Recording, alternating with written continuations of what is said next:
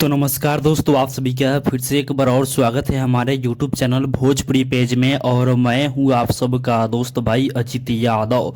दोस्तों देखिए, समर सिंह जी का कल सुबह सुबह एक और नया गाना आप लोगों के बीच में रिलीज होने जा रहा है। दोस्तों देखिए, अभी अभी समर सिंह जी गाने का पोस्टर को शेयर किया है, जो कि आप लोग सबसे पहले गाने का पोस्टर को अपने मोबाइल के स्क्रीन पे देख सकते हैं।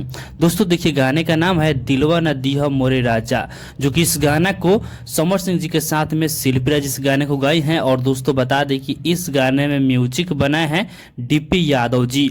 और दोस्तों बता दें कि इस गाने को लिखे हुए हैं गोलू यादव जी, जो कि इस गाने को कल सुबह 6 बजे Samar Singh official YouTube channel पर इस गाने को रिलीज किया जा रहा है डायरेक्ट वीडियो संग, जिस वीडियो में एक्ट्रेस नजर आएंगी समर सिंह जी के साथ में अंजलि पांडे जी। तो आप लोग कल सुबह तैयार रहिए इस गाने को सुनने के लिए। गाना बहुत ही कमाल का गाना होने वाला है।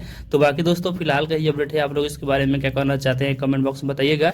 और इसी के साथ हम इस वीडियो को समाप्त करते हैं। ये वीडियो अगर पसंद आया हो तो इस वीडियो को लाइक शेयर कीजिएगा।